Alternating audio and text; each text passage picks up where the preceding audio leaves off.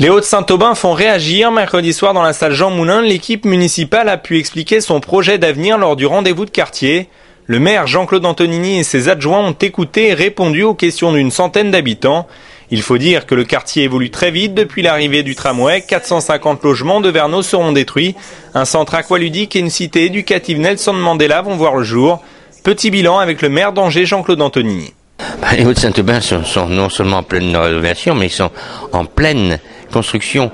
Ce qui va se passer, c'est que l'annexe, je dirais Verneau, où les gens sont logés dans des conditions qui ne sont pas décentes, avec des immeubles qui datent depuis 1950, eh bien, vont être traités aussi bien ont été traités les gens de la Roseraie ou de Grand Pichon. On va faire une rénovation urbaine en profondeur. Et j'ai obtenu de la part de l'État une redistribution de sommes qui n'avaient pas été dépensées par d'autres villes moins sérieuses que nous et qui va nous permettre de démarrer une rénovation urbaine qui sera de l'ordre de 80 millions.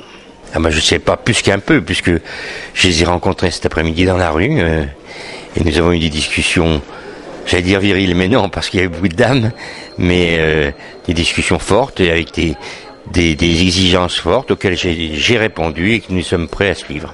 Les nombreux travaux ont fait réagir les habitants. Pour eux, il existe des problèmes de circulation, de stationnement, comme nous l'explique le responsable association des habitants de quartier de Verneau, Rémi, et un autre habitant du quartier, Jean-Philippe.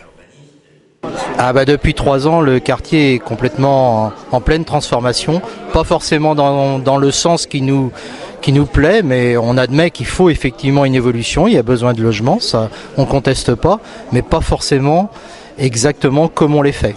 C'est-à-dire qu'on pense que les hauteurs sont un peu importantes, que les densités sont trop importantes, que les boulevards sont pas toujours bien construits, que les parkings, il y en a pas assez. Voilà les principaux problèmes. Elles ne sont pas encore faites, mais elles sont à faire. Ça, je crois que nous, en tant que responsable d'association, on souhaitait qu'il y ait des immeubles qui répondent un petit peu aux besoins des gens. Ce n'était pas pour faire mieux, mais c'était réellement une nécessité. Quand vous visitez les immeubles, vous avez de drôles de surprises sur le sujet. J'ai envie de dire oui et non. C'est la façon. Alors, les gens sont accompagnés, paraît-il.